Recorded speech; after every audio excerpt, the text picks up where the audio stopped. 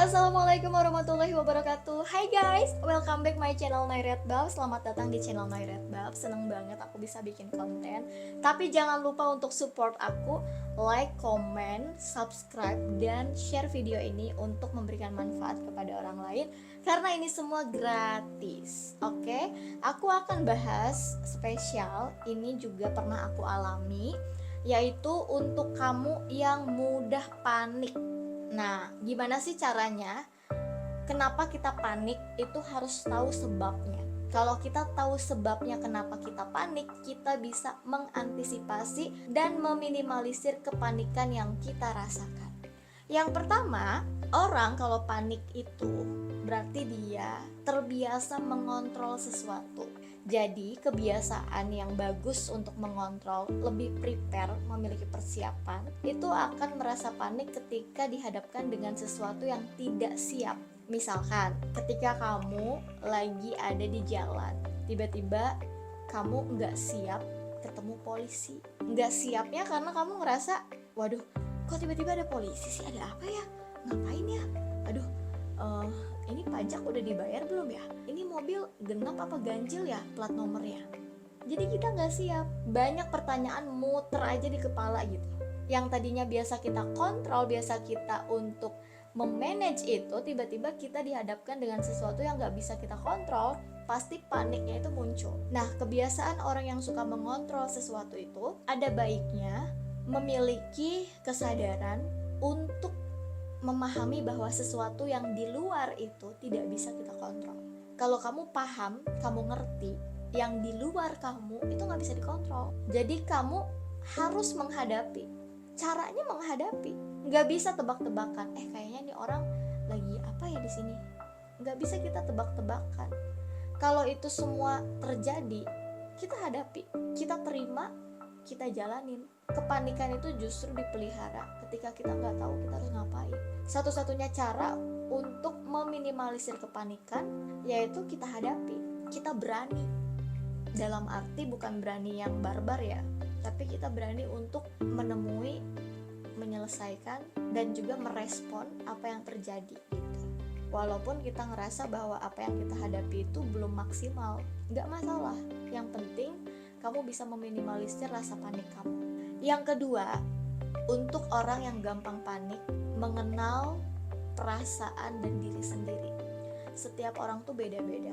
Kepanikan itu apakah ada bawaan dia karena dia punya riwayat, mungkin ada pernah trauma, atau misalkan ada kejadian yang bikin dia takut, atau panik yang alami.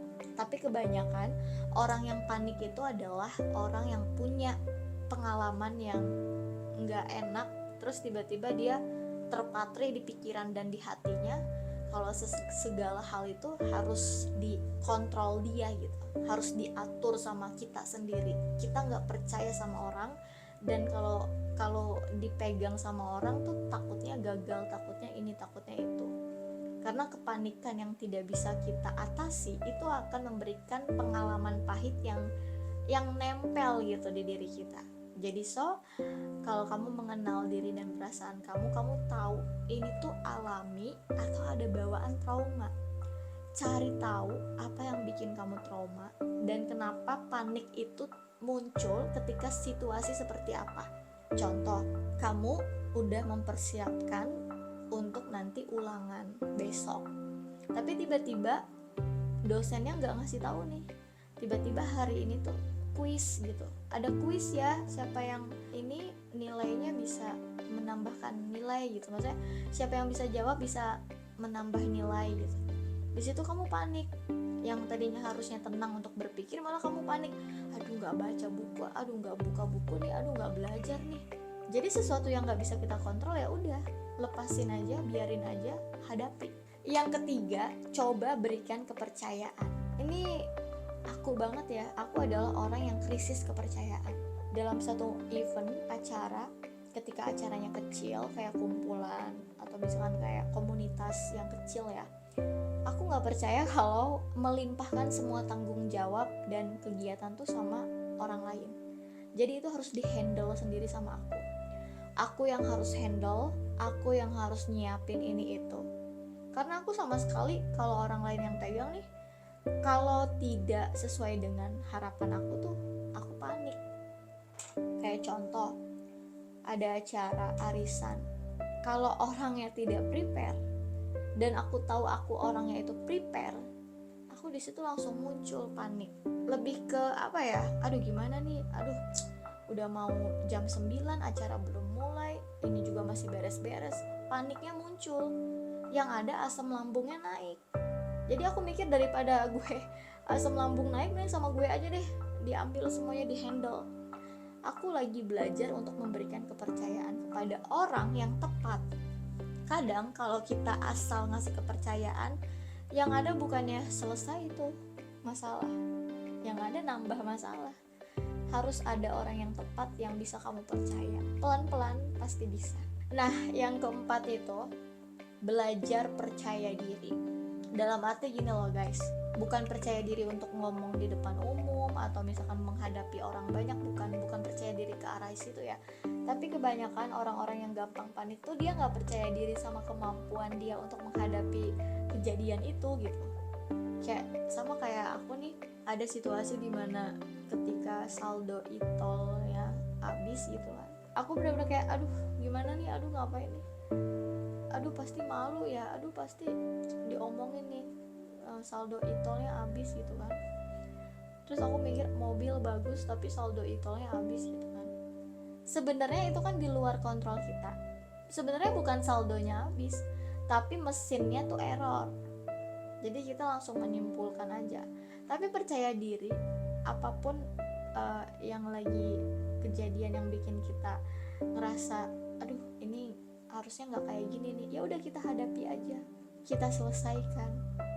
Kebanyakan memang takut ya, aduh takut nih, aduh takut nyasar nih ke tempat yang baru gitu, ke tempat yang nggak bisa parkir mobil, aduh takut nyasar nih. Aku belajar percaya diri ketika aku menghadapi kepanikan. Aku kan biasa nyetir mobil 2 baris, mobil yang sekarang 3 baris, itu lebih besar gitu ya, pokoknya lebih tinggi lah mobilnya. Dan mobil itu sangat besar dengan badan aku yang mini size. Ketika lagi parkir, aku emang gak bisa gitu, karena takut ya, takut lecet, takut kenapa-napa. Dan aku hadapi aja itu. Kalau aku takut, terus aku panik, gak bakal jadi tuh kemana-mana ya. Yang ada di rumah terus, percuma ada kendaraan tapi gak dipakai gitu kan. Akhirnya aku percaya sama diri aku percaya sama kemampuan aku menghadapi rasa panik itu. Ya harus dijalanin, harus dihadapi. Gak bisa kamu aja deh yang parkir, aku takut ini, takut kena mobilnya. Ya harus kita yang turun tangan, biar kita gak gampang panik, biar kita gak gampang takut gitu. Orang panik tuh kan pasti takut, dia berpikir kemana-mana pikirannya karena dia takut gitu. Dan yang terakhir nomor 5, miliki ilmu berserah. Orang-orang panik adalah orang-orang yang sangat rapih prepare-nya, persiapannya, tapi dia lupa gitu planning, perencanaan dia yang matang, yang udah 99%, ada 1%-nya bisa berhasil, bisa gagal. Nah 1% yang bisa berhasil dan bisa gagal itu adalah rasa berserah kita sama Sang Pencipta. Kita gak bisa guys melakukan satu hal tanpa melibatkan yang di atas. Segala hal yang terjadi itu sesuai dengan ACC yang di atas. Kita emang punya planning, kita emang punya rencana yang bagus, punya persiapan yang matang.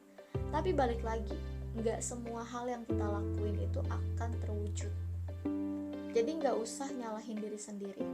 Contoh ya, aku kan mau ada acara nih waktu itu gitu kan, waktu itu ada acara. Itu yang aku pikirin plan A, plan B. Tapi kebanyakan orang kan mungkin karena tidak panikan, ya udah plan A aja dulu. Enggak, harus plan A, plan B. Kalau hujan gimana, kalau nggak hujan gimana. Nah, jadi aku harus belajar memiliki ilmu berserah. Berserah pada Sang Pencipta bahwa segala hal yang terjadi itu memang hal yang terbaik.